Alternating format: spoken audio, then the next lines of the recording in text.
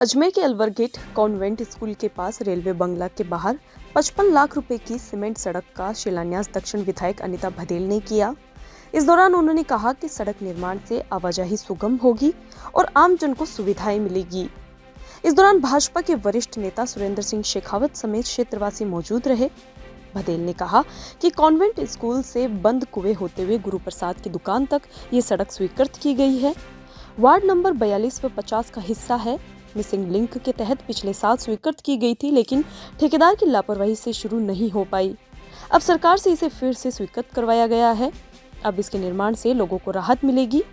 भदेल ने कहा कि नसीराबाद रोड पर ब्रिज है, उसे ऊंचा करवाने की बात की है। जो नाला रावण की बगीचे से आ रहा है, उसमें रेलवे कैंपस का जो पार्ट है और कच्चा है, उसे पक्का करने के लिए डीपीआर तैयार हो रही है। इससे यहाँ पानी भरने की जो समस्या है उसका भी समाधान हो जाएगा।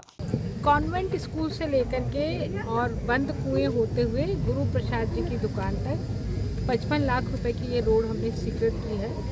ये वार्ड नंबर 50 और 42 के बीच का हिस्सा है, जो हमेशा से ही कभी तो 42 वाले पार्षद महोदय कहते हैं ये बनाएंगे, 50 वाले पार्षद महोदय कहते हैं ये बनाएंगे, उसके कारण से कभी नहीं बन पाई थी। एक साल पहले, मतलब एक साल पिछले बार ये मिसिंग लिंक के तहत मेरे द्वारा स्वीकृत हुई थी, लेकिन ठेकेदार की लापरवाही के चलते हुए ये सड़क का कार्य नहीं हो पाया। तो वापस हमने सरकार से निवेदन करके रिस्क और कॉस्ट पे पुनः टेंडर कराए और अब ये काम पुनः प्रारंभ होने जा रहा है। तो मैं क्षेत्रवासियों को बहुत बहुत बधाई देती हूँ, क्योंकि 55 लाख रुपए की सड़क है और आप देख रहे हैं कि कितनी खुदी हुई ये सड़क है, पूरी तरह से जर्जर हो चुकी है।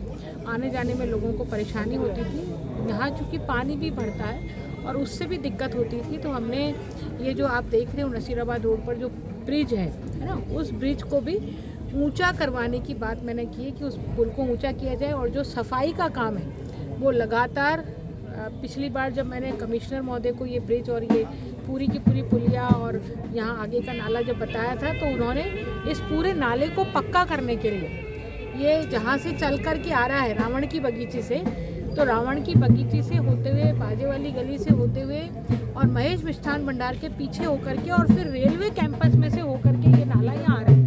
तो रेलवे कैंपस का जो पार्ट है, जो अभी कच्चा है, जो रेलवे ने कभी बनाया नहीं, तो उस रेलवे कैंपस के हिस्से को भी बनाने की डीपीआर तैयार हुई है। तो मुझे लगता है कि जो सबसे बड़ी समस्या है यहाँ पर पानी की भरने की है, वो उसका भी समाधान होगा और पानी प्रॉपर तरीके से एस्केप चैनल में जाएगा, तो फिर हमेशा के लिए ही पानी भरने की समस्या का समाधान हो पाएगा।